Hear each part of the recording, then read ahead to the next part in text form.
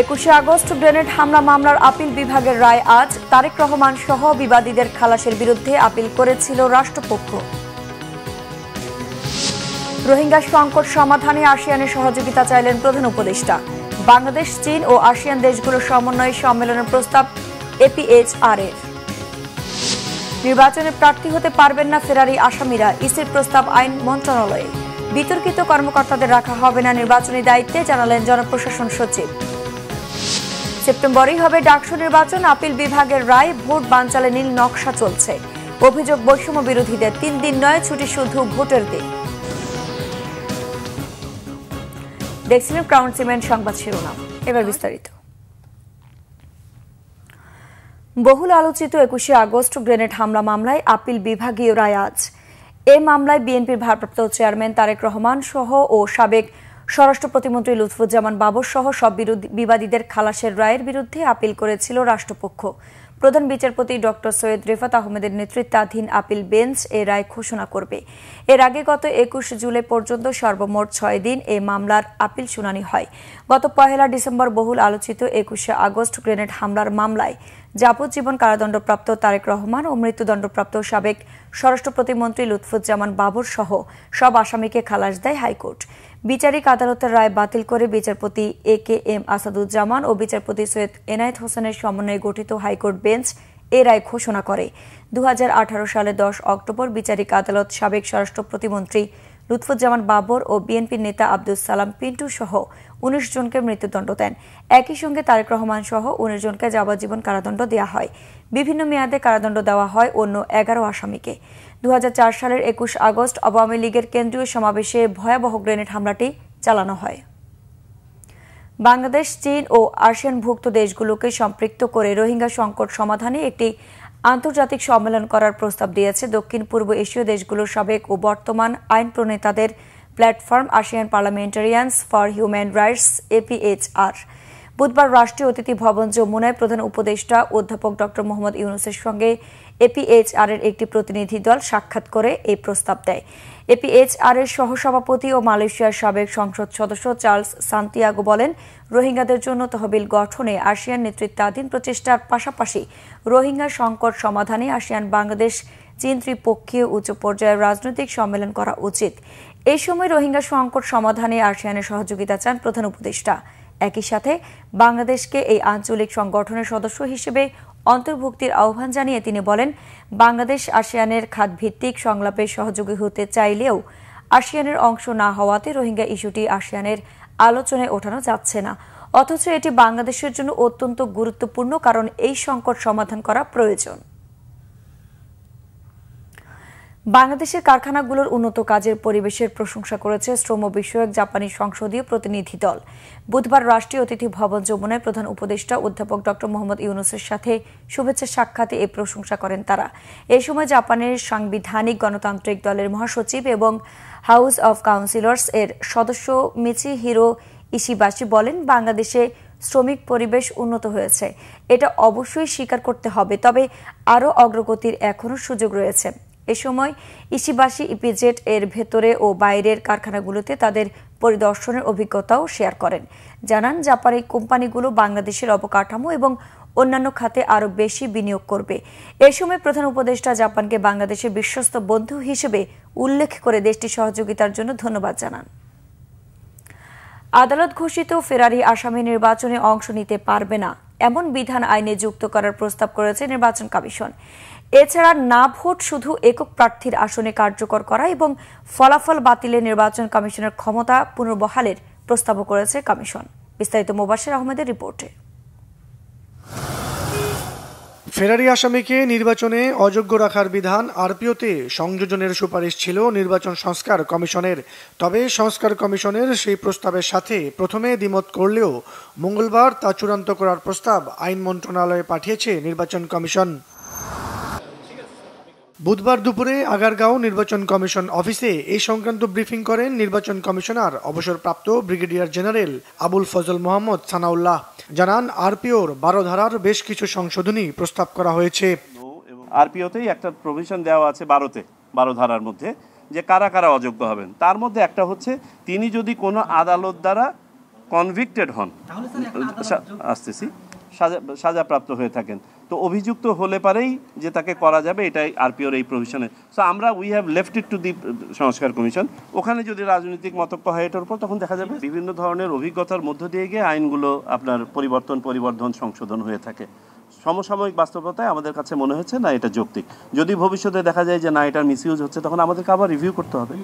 এ সময় তিনি জানান, হলফনামায় ভুল তথ্য দিলে নির্বাচনের পরও প্রার্থিতা বাতিল করার বিধান ফিরিয়ে আনার প্রস্তাব সহ কেন্দ্রের ভোট বন্ধ বা স্থগিত করার সম্পূর্ণ ক্ষমতা প্রিজাইডিং অফিসারকে দেয়া ও না ভোটের বিধান ফিরিয়ে আনার প্রস্তাবও করেছে কমিশন। একক প্রার্থী থাকলে সরাসরি তাকে বিজয়ী ঘোষণা করা হবে না, তাকে না এর বিপক্ষে ভোট করতে হবে। এবং দ্বিতীয়বারও যদি গিয়ে দেখা যায় তফসিল করে নতুনভাবে ঘোষণা করার পরে আবারও একই প্রার্থী হচ্ছে, তখন আর না ভোট হবে না। কিন্তু একবার অন্ততপক্ষে না ভোটের সাথে সিঙ্গেল প্রার্থীকে করতে হবে, কন্টেস্ট করতে হবে। এবং সেই ইয়েতে যদি যিনি ব্যক্তি প্রার্থী তিনি না এর চেয়ে বেশি ভোট পেয়ে যান, তাহলে তো নির্বাচিত হয়ে গেলেন। আর যদি না কোনো কারণে বেশি ভোট পায়, তাহলে পুনঃতফসিল হবে। সেই পুনঃতফসিলে গিয়েও যদি আবারও দেখা যায় যে একমাত্র প্রার্থী আছে, তাহলে আর ইলেকশন হবে না, একবার অন্তত হবে। এছাড়া জোটবদ্ধ নির্বাচন করলেও প্রার্থীকে নিজ দলের প্রতীক ব্যবহার করা ও কোনো আসনে ভোট সংখ্যা সমান হলে লটারির মাধ্যমে প্রার্থীর বিজয় ঘোষণা করার বিধান পরিবর্তন করে ওই আসনে পুনরায় নির্বাচন আয়োজন সহ নির্বাচনের সময় পুলিশের সাথে সেনা, নৌ ও বিমান বাহিনী আইন শৃঙ্খলা নিয়ন্ত্রণের দায়িত্বে থাকার বিধান যুক্ত করে আরপিও পরিবর্তন ও সংশোধনের প্রস্তাব করেছে কমিশন। এর মধ্যে যেন ভোট অনুষ্ঠান করতে পারে। মুবাশশির আহমেদ, বাংলা ভিশন, ঢাকা। এদিকে বিগত 3টি জাতীয় নির্বাচনে জড়িত বিতর্কিত কোনো কর্মকর্তাকে এবার নির্বাচনী দায়িত্বে রাখা হবে না বলে জানিয়েছেন জনপ্রশাসন মন্ত্রণালয়ের সিনিয়র সচিব মুখলেসুর রহমান। মাঠ পর্যায়ের কোনো কর্মকর্তার বিরুদ্ধে পক্ষপাতমূলক আচরণের অভিযোগ পেলে তাকে প্রত্যাহার করে আইনি ব্যবস্থা নেওয়া হবে। গতকাল দুপুরে সচিবালয়ে এএসআই নিয়োগ বিধি সংশোধন বিষয়ক বৈঠক শেষে এ তথ্য জানান তিনি। জনপ্রশাসন সচিব জানান, আগামী নির্বাচন একটা রোল মডেল নির্বাচন হোক, সেটাই সবাই চায়। অন্তর্বর্তী সরকার সেই চেষ্টা করছে। এ সময় পুলিশের মহাপরিদর্শক বাহারুল আলম জানান, নির্বাচনকে সামনে রেখে তফসিল ঘোষণার আগে 4000 এএসআই নিয়োগ দেবে সরকার। এর মধ্যে সরাসরি নিয়োগ দেওয়া হবে 2000, বাকি 2000 এএসআই নিয়োগ দেওয়া হবে পদোন্নতির মাধ্যমে। জেলা প্রশাসক সহ প্রশাসনের ঊর্ধ্বতন পদে নিয়োগে লটারি পদ্ধতি অনুসরণের সিদ্ধান্ত নাকচ করেছেন জনপ্রশাসন সচিব। অন্তর্বর্তী সরকার থাকায় কেউ বিনিয়োগ করছে না বলে মন্তব্য করেছেন বিএনপির স্থায়ী কমিটির সদস্য আমির খসরু মাহমুদ চৌধুরী। তিনি বলেন, নির্বাচন ঘোষণার পর থেকে ব্যবসায়ীরা বিনিয়োগের প্রস্তুতি নিচ্ছে। জুলাই আন্দোলনের কৃতিত্ব নিয়ে লড়াই করলে দেশের কোনো ভবিষ্যৎ থাকবে না বলেও মন্তব্য করেন বিএনপির নেতারা। রিপোর্ট করছেন সিকান্দার রহমান। রাজধানীর গুলশানের একটি হোটেলে জুলাই গণ অভ্যুত্থান শীর্ষক আলোচনা সভায় আমির খসরু মাহমুদ চৌধুরী জানান, শেখ হাসিনার বিদায়ের পর জনগণের যে আকাঙ্ক্ষা তৈরি হয়েছে তা ধারণ করতে না পারলে রাজনৈতিক দলগুলোর কোনো ভবিষ্যৎ নেই। বিএনপি ক্ষমতায় গেলে 18 মাসে 1 কোটি মানুষের চাকরির ব্যবস্থা করার কথা আবারও জানান তিনি। সরকারি কর্মকর্তারা কাজ করতে পারতেছে না, আইন শৃঙ্খলা নাই, ব্যবসা বাণিজ্য নাই, যে ব্যবসার কথা বলে গেলেন উনি, দেশে কোনো ব্যবসা বাণিজ্য নাই, মিল ফ্যাক্টরি নতুন বিনিয়োগ হচ্ছে না। কারণ করবে না তো, এটা তো সম্ভব না। এই যে মানুষ যে বিনিয়োগ করে, টাকা তো শুধু না, আমার শ্রমের একটা বিনিয়োগ আছে, হ্যাঁ, আমার সময়ের একটা বিনিয়োগ আছে। তো সে যে সে কাজটা করবে, করার জন্য তার তো short term, mid term, long term একটা প্রজেকশন আছে। এখন তো সেটা নাই। ইন্টেরিয়াম মানে তো ইন্টেরিয়াম ভাই, তো বুঝতে হবে তো, ইন্টেরিয়াম মানে ইন্টেরিয়াম। এই অবস্থায় কেউ এখানে সিদ্ধান্ত কেন নেবে?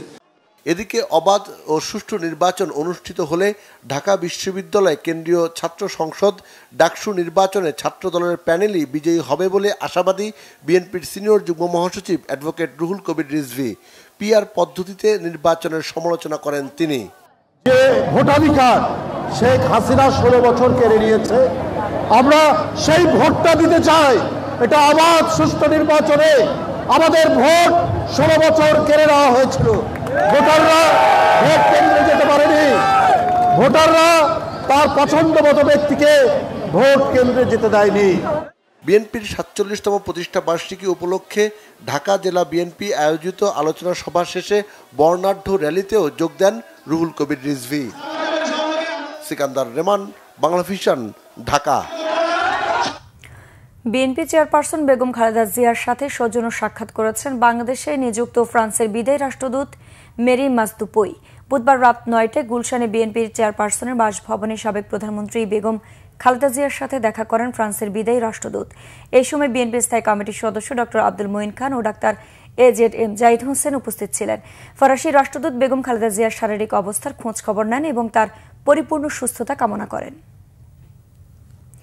9 সেপ্টেম্বর ঢাকা বিশ্ববিদ্যালয় কেন্দ্রীয় ছাত্র সংসদ ডাকসু নির্বাচনে আর কোনো বাধা নেই। নির্বাচন স্থগিত করে হাইকোর্টের দেয়া আদেশ আপিল বিভাগেও স্থগিত হওয়ায় ডাকসু নির্বাচন নিয়ে আইনি জটিলতা কাটল। নাবিল জাহাঙ্গীরের রিপোর্ট। ডাকসু নির্বাচন নিয়ে আইনি জটিলতা শুরু হয় শিবির সমর্থিত জিএস প্রার্থী SM ফরহাদের প্রার্থিতা বাতিল চেয়ে করা একটি রিট আবেদনকে ঘিরে। ফরহাদ নিষিদ্ধ ঘোষিত সংগঠন ছাত্রলীগের পদে ছিলেন দাবি করে তার প্রার্থিতা চ্যালেঞ্জ করে হাইকোর্টে রিট আবেদনটি করেন অপরাজয় 71, অদম্য 24 মনোনীত মুক্তিযুদ্ধ ও গণ আন্দোলন বিষয়ক সম্পাদক BM ফাহমিদ আলম। প্রাথমিক শুনানি নিয়ে মঙ্গলবার বিকালে 30 অক্টোবর পর্যন্ত ডাকসু নির্বাচন স্থগিত ঘোষণা করে হাইকোর্ট। এর 45 মিনিটের মধ্যে ঢাকা বিশ্ববিদ্যালয়ের আবেদনের পরিপ্রেক্ষিতে হাইকোর্টের এই আদেশ চেম্বার আদালতে স্থগিত হয়।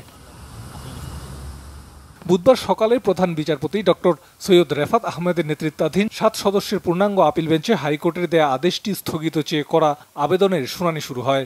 রিটকারীর আইনজীবী আদালতকে বলেন, ডাকসু নির্বাচন স্থগিত করার কোনো আবেদন তারা করেননি। সাবমিশনের প্রথমেই এটা আমি বলেছিলাম যে ডাকসুর ইলেকশন স্থগিত হবে, এটা আমরা চাইনি। শুধুমাত্র একটাই বিষয়, SM ফরহাদ ও বিবেচ্য বিষয় নয়। বিবেচ্য বিষয় হচ্ছে যে কেউ যেন নিষিদ্ধ ঘোষিত ছাত্রলীগের নির্বাচনে অংশ নিতে পারে। পরে 30 অক্টোবর পর্যন্ত হাইকোর্টের দেয়া আদেশ স্থগিত ঘোষণা করে আপিল বিভাগ। হাইকোর্ট বিভাগ যে ডাকসু নির্বাচনের উপর স্থগিতাদেশ দিয়েছিলেন, এটি অনারেবল জাজ ইন চেম্বার স্টে করে দিয়েছিলেন। আজকে বাংলাদেশের সর্বোচ্চ আদালত হাইকোর্ট ডিভিশনের আদেশের উপর স্থগিতাদেশ দিয়েছেন। বলেছি যে আসলে কখনোই উনি কোনোদিন ওই নিষিদ্ধ সংগঠনের সাথে জড়িত ছিলেন না। আদালত আমাদের এই বক্তব্য গ্রহণ করেছেন এবং আদালতের কাছে আমরা আবেদন করেছি এইগুলো বিষয়গুলো মোটামুটি ডিসপিউটেড কোয়েশ্চেন অফ ফ্যাক্ট এবং রিট পিটিশনটাই রক্ষণীয় না, এখানে রুলই ইস্যু হয় না। ফরহাদের প্রার্থিতা বাতিল চেয়ে হাইকোর্টে করা রিট আবেদনটির পরবর্তী শুনানি 30 অক্টোবর। নাবিল জাহাঙ্গীর, বাংলা ভিশন, ঢাকা। নির্বাচন বানচালে নীল নকশার ছক এঁকেছে ডাকসু নির্বাচন কমিশন, এমন অভিযোগ বৈষম্য বিরোধী গণতান্ত্রিক ছাত্র সংসদের। আর শিক্ষার্থীদের দাবির মুখে ঢাকা বিশ্ববিদ্যালয়ে শুধু ভোটের দিন বন্ধ রাখার সিদ্ধান্ত নিয়েছে ডাকসু নির্বাচন কমিশন। এদিকে বিশ্ববিদ্যালয়ের এক ছাত্রকে হুমকি দিয়ে আপত্তিকর স্ট্যাটাসের জন্য শিক্ষার্থী আলী হোসেনকে 6 মাসের জন্য বহিষ্কার করা হয়েছে। রিপোর্ট সৈয়দ আব্দুল মুহিতের। উৎসবমুখর পরিবেশে ডাকসু নির্বাচন ঘিরে চলছে প্রার্থীদের প্রচারণা। ঢাকা বিশ্ববিদ্যালয়ের বিভিন্ন পয়েন্টে দাঁড়িয়ে ভোটারদের সমর্থন চাওয়ার পাশাপাশি প্রার্থীরা দিচ্ছেন নানা প্রতিশ্রুতি। ছাত্রদল, ছাত্র শিবির, বাম জোট, স্বতন্ত্র শিক্ষার্থী জোটের প্রার্থীরাও প্রচারণায় অংশ নেন। নির্বাচন সুষ্ঠু, নিরপেক্ষ ও অংশগ্রহণমূলক করতে কার্যকর পদক্ষেপ নেওয়ার দাবিতে chief returning officer doctor Mohammad জসিমউদ্দিনের সাথে সিনেট ভবনে বৈঠক করে ছাত্রদলের প্রার্থীরা। ডাকসু নির্বাচন 2025 সেটাকে সুন্দর, সুষ্ঠু, নিরপেক্ষভাবে অনুষ্ঠিত করার জন্য আমরা নির্বাচন কমিশনের সাথে আমাদের যে আলোচনা সেটা আমরা তুলে ধরেছিলাম আর কি। এদিকে ভোট কেন্দ্রে পুনর্বিন্যাস করা সহ বেশ কয়েকটি দাবিতে মধুর ক্যান্টিনের সামনে সংবাদ সম্মেলন করে বৈষম্য বিরোধী গণতান্ত্রিক ছাত্র সংসদ। সংবাদ সম্মেলন করে আরও কয়েকটি প্যানেল। 9 তারিখে নির্বাচন, 10 তারিখেও তারা বিশ্ববিদ্যালয় বন্ধ রেখেছেন। পুরো একটা সপ্তাহে শুধুমাত্র একদিন ক্লাস, যার কারণে আমরা দেখতে পেয়েছি প্রথম বর্ষের শিক্ষার্থী যারা আছেন অনেক ভোটারই বাড়িতে চলে গেছেন। একটা পরীক্ষার হল, তার 2টা গেটে প্রবেশ করা যায়, তো সেই বিল্ডিংয়ে 3টা হলকে দেওয়া হয়েছে। তো সেই 3টা হল কোনোভাবে এটা ফিজিবল না সেখানে ঠিকঠাকভাবে ভোট দেওয়া। কেউ প্ল্যান ষড়যন্ত্র করতে পারে, কিন্তু ঢাকা বিশ্ববিদ্যালয়ের যে স্বতঃস্ফূর্ত শিক্ষার্থীদের যে রেসপন্স আমরা গতকাল এবং পরশু দেখেছি, যে রিয়াকশন দেখেছি, এই রিয়াকশন কিন্তু তৈরি করতে হয় না, এই রিয়াকশন অটো থাকবে। কারণ ডাকসু সবার আত্মার সাথে মিশে গেছে শিক্ষার্থীদের। ডাকসু যদি আপনি না দিতে চান, বানচাল করতে চান, আপনার অস্তিত্ব থাকবে না এখানে। ডাকসু হতে হবে, ষড়যন্ত্র করে কেউ পারবে না। ডাকসু টাইমলি হবে। ঢাকা বিশ্ববিদ্যালয়ের শিক্ষার্থীরা সবাই সমন্বিতভাবে একটা ব্যাপারে একমত, ডাকসু টাইমলি হতে হবে। চিফ নির্বাচন কর্মকর্তা জানালেন, ভোট কেন্দ্রে বুথ সংখ্যা ভোট গ্রহণের সময় বাড়ানো হচ্ছে, কেন্দ্রগুলো সিসিটিভির আওতায় থাকবে। কারেক্টর অ্যাসাসিনেশন করার চেষ্টা হচ্ছে, চরিত্রহননের চেষ্টা চলতেছে। এই বিষয়ে আমরা আজকে কঠোরভাবে একটা বিজ্ঞপ্তি দিয়েছি। 8টা কেন্দ্রে 500টা বুথ হবে, সেখানে আমরা বাড়িয়ে 710টা করেছি। আমরা প্রতি ভোটারের জন্য 8 মিনিট সময় রেখেছি, 1 ঘন্টা সময় বাড়িয়েছি ভোটিং টাইম। 8টা থেকে বিরতিহীনভাবে 4টা পর্যন্ত ভোটিং চলবে। তার যে অপরাধ সেটি সে স্বীকার করেছে, আমাদের যে তদন্ত কমিটি সেখানেও স্বীকার করেছে। তো সেটি তো সেলে যাবে, আমাদের নারী নির্যাতন প্রতিরোধ যে সেল আছে সেলে যাবে। সেখান থেকেও রিপোর্ট আসার পরে সিন্ডিকেটে নিশ্চয়ই পরবর্তীতে সিদ্ধান্ত গ্রহণ করা হবে। প্রাথমিকভাবে এখন 6 মাসের জন্য তাকেবারে ইমিডিয়েটলি তাকে বহিষ্কার করা হয়েছে। 7 সেপ্টেম্বর পর্যন্ত প্রচারণা চালাতে পারবেন প্রার্থীরা। সৈয়দ আব্দুল মুহিত, বাংলা ভিশন, ঢাকা। রাজনৈতিক উস্কানিতে নারীরা সব ক্ষেত্রেই আক্রমণের শিকার হয় বলে অভিযোগ করেছেন নারী নেত্রী ও বিশিষ্টজনেরা। তারা বলেন, নারীদের অধিকার নিশ্চিতে নারী বিদ্বেষী রাজনৈতিক দল বা প্রার্থীকে আগামী নির্বাচনে বর্জন করতে হবে। আসমা আক্তার নূপুরের প্রতিবেদন। মঙ্গলবার সকালে রাজধানীর সিডাপ মিলনায়তনে আন্তর্জাতিক সিডিও দিবস উপলক্ষে সংসদে নারীর কার্যকর ও ফলপ্রসূ প্রতিনিধিত্ব সংরক্ষিত নারী আসনে সরাসরি নির্বাচন শীর্ষক গোলটেবিল আলোচনা সভার আয়োজন করে সামাজিক প্রতিরোধ কমিটি। এতে যোগ দেন বিভিন্ন নারী অধিকার কর্মী, সংগঠন ও রাজনৈতিক নেতারা। বক্তারা বলেন, পুরুষতান্ত্রিক চিন্তাভাবনা থেকে বের হতে পারছে না রাষ্ট্র ব্যবস্থা। রাজনৈতিক রোষানলে নারীরা হয়রানিও হয় সব ক্ষেত্রে। গত 1 বছরে আমাদের নারী বিদ্বেষ আরো বৃদ্ধি পেয়েছে। নারীর উপরে নারীর খুব সংগঠিত পরিকল্পিতভাবে আমার মুক্ত সংস্কৃতি চর্চা থেকে শুরু করে যেখানে নারীর অংশগ্রহণ আছে সেগুলো আক্রমণের শিকার হয়েছে। নারীদের অধিকার নিশ্চিত করতে নারী ভোটারদের শক্ত অবস্থান জরুরি, আর নারী বিদ্বেষীদের বর্জন করতে হবে বলে মন্তব্য করেন তারা। নারী 3টা আসনে ইলেকশন করবে কিংবা 2টা আসনে ইলেকশন করবে, অথচ নামের সাথে সংরক্ষিত থাকবে। কেন নামের সাথে সংরক্ষিত থাকবে? কোনো পুরুষের নামের সাথে তো সংরক্ষিত থাকে না। তাহলে পুরুষেরও এই ব্যবস্থা করা হোক যে পুরুষও 2টা জায়গায় ইলেকশন করবে। পুরুষ মাঝে মাঝে বলে, ইস আমি কেন নারী হলাম না, তাহলে তো আমি সংরক্ষিত কোটায় একটা এমপি হতে পারতাম। আসলে সময় এখন অনেকের জন্য প্রতিকূল না, তার মধ্যে বিশেষ করে নারীদের জন্য এটা খুবই ক্ষোভের কথা, দুঃখের কথা। এই কারণে কারণ এইবারও যে গণ অভ্যুত্থান হলো, এই গণ অভ্যুত্থানে নারীরা বিশেষ করে একেবারে কিশোর তরুণীরা যে অভূতপূর্ব ভূমিকা রেখেছে, অতীতে এরকম ভূমিকা রেখেছে কিনা এটা দেখার ব্যাপার। নারী অধিকার বাস্তবায়ন না হওয়ার পেছনে রাষ্ট্রীয় অবহেলাকে দায়ী করে বক্তারা বলেন, নারীদের বৈষম্য দূরীকরণে কার্যকর পদক্ষেপ নিতে হবে। আমরা অতীতে যেটা দেখেছি যে সরাসরি সংরক্ষিত আসনগুলোতে বিভিন্ন দল কর্তৃক মনোনীত হয়ে আসেন, তার ফলে সেখানে কিন্তু তাদের অধিকার বোধটা একটু কম থাকে। কিন্তু এই আসনগুলোতে যদি সরাসরি নির্বাচন হয় তাহলে তাদের একটা দায়বদ্ধতা থাকবে এলাকার নারী পুরুষ সকলের কাছে, এবং এভাবে তারা ধীরে ধীরে তাদের নির্বাচনী এলাকা গড়ে তুলতে পারবেন। দলীয়ভাবে প্রতিযোগিতায় যেতে হবে না। নারীর ক্ষমতায়ন ও রাজনৈতিক অংশগ্রহণ নিশ্চিত করতে সরাসরি নির্বাচনের মাধ্যমে নারীর প্রতিনিধিত্ব বাড়ানো জরুরি বলে মনে করেন বক্তারা। আসমা আক্তার নূপুর, বাংলা ভিশন, ঢাকা। বাংলাদেশ গণমাধ্যম সংস্কার কমিশনের প্রধান কামাল আহমেদ বলেছেন, গণমাধ্যমের স্বাধীনতা নিশ্চিত করতে হলে সাংবাদিকদের আর্থিক নিরাপত্তা এবং গণমাধ্যম প্রতিষ্ঠানের আর্থিক স্বাধীনতা নিশ্চিত করা জরুরি।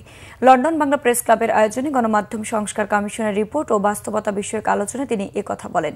আলোচনায় বক্তারা বলেন, বর্তমানে সব ক্ষেত্রে আস্থার সংকট বিরাজ করছে।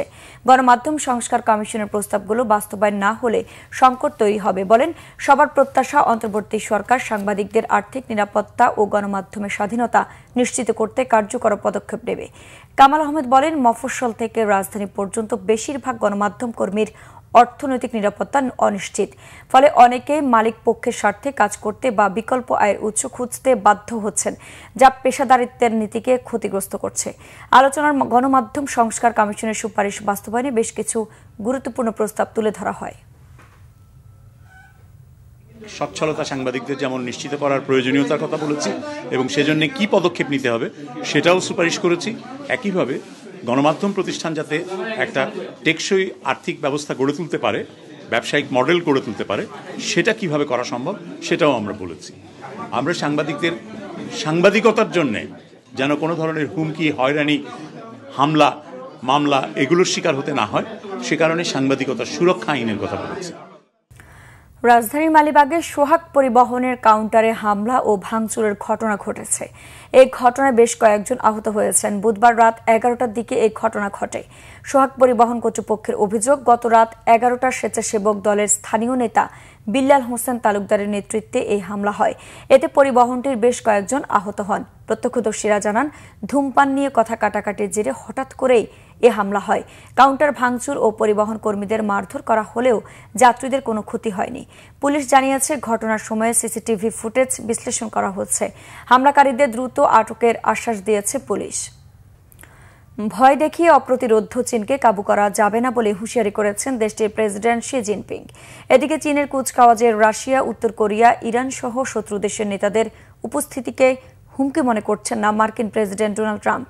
জাপানের আত্মসমর্পণ আর দ্বিতীয় বিশ্বযুদ্ধের ৮০ বছর উদযাপনে এ যাবৎকালের সবচেয়ে বড় কুচকাওয়াজে সামরিক সক্ষমতার প্রদর্শন করেছে চীন। ঐতিহাসিক তিয়ানমেন স্কোয়ারে প্যারেড পরিদর্শন করে পশ্চিমা বিশ্বের চোখ রাঙানির বিরুদ্ধে হুঁশিয়ারি দিয়ে বক্তব্য দেন চীনের প্রেসিডেন্ট শি জিনপিং। এই আয়োজন ঘিরে সেন্ট্রাল বেইজিংকে কার্যতর অবরুদ্ধ করে ফেলা হয়েছে। অন্য দেশের সশস্ত্র বাহিনীর প্রতিনিধিরাও কুচকাওয়াজে অংশ নেন। রাশিয়ার প্রেসিডেন্ট ভ্লাদিমির পুতিন, উত্তর কোরিয়ার নেতা কিম জং উন সহ ২৬টি দেশের রাষ্ট্রপ্রধান এই আয়োজন উপভোগ করেন। পারমাণবিক অস্ত্রবাহী ক্ষেপণাস্ত্রের উন্নতর সংস্করণ DF-5C স্টেলথ ড্রোন, লেজারের অস্ত্র LY-1 ছাড়াও অত্যাধুনিক বিমান আর সাজোয়া যানের বহর প্রদর্শন করেছে চীন। বাড়তি মার্কিন শুল্ক আর ইউক্রেন যুদ্ধ নিয়ে ট্রাম্প প্রশাসনের সাথে টানাপোড়েনের আবহে চীনের এই আয়োজনকে চোখ রাঙানি হিসেবে দেখছেন বিশ্লেষকরা। যদিও মার্কিন প্রেসিডেন্ট ট্রাম্প জানিয়েছেন, একে বৈশ্বিক হুমকি মনে করছেন না যুক্তরাষ্ট্র, বরং বেইজিংয়ের সাথে ভালো সম্পর্কের দাবি করেছেন তিনি। বলেছেন, যুক্তরাষ্ট্রের সাথে সম্পর্ক রাখাটা চীনের জন্য তুলনামূলক বেশি গুরুত্বপূর্ণ। সংবাদ শেষ করব ক্রাউন সিমের শিরোনামগুলো আরেকবার জানিয়ে। 21শে আগস্ট গ্রেনেড হামলা মামলার আপিল বিভাগের রায় আজ। তারেক রহমান সহ বিবাদীদের খালাসের বিরুদ্ধে আপিল করেছিল রাষ্ট্রপক্ষ। রোহিঙ্গা সংকট সমাধানে আসিয়ানের সহযোগিতা চাইলেন প্রধান উপদেষ্টা। বাংলাদেশ, চীন ও আসিয়ান দেশগুলোর সমন্বয়ে সম্মেলনের প্রস্তাব APHR-এর। নির্বাচনে প্রার্থী হতে পারবে না ফেরারি আসামিরা, ইসির প্রস্তাব আইন মন্ত্রণালয়ে। বিতর্কিত কর্মকর্তাদের রাখা হবে না নির্বাচনী দায়িত্বে, জানালেন জনপ্রশাসন সচিব।